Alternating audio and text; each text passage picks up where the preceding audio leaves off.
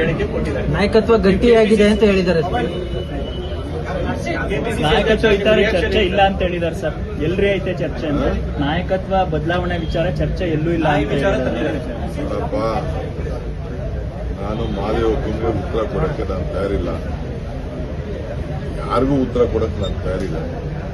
ನಾನು ಹಿಂದೆ ಹೇಳಿದ್ದೀನಿ, ಇದು ನಮ್ಮ ನಾಯಕತ್ವದ ವಿಚಾರ ಸಿದ್ದರಾಮಯ್ಯನವರು ಹೇಳಿದ್ದಾರೆ, ಖರ್ಗೆ ಸಾಹೇಬರು ಹೇಳಿದ್ದಾರೆ.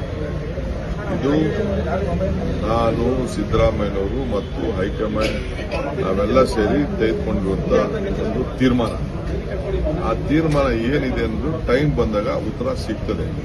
ಇದೇನು ಕದ್ದು ಮುಚ್ಕೊಂಡು ಇಬ್ರು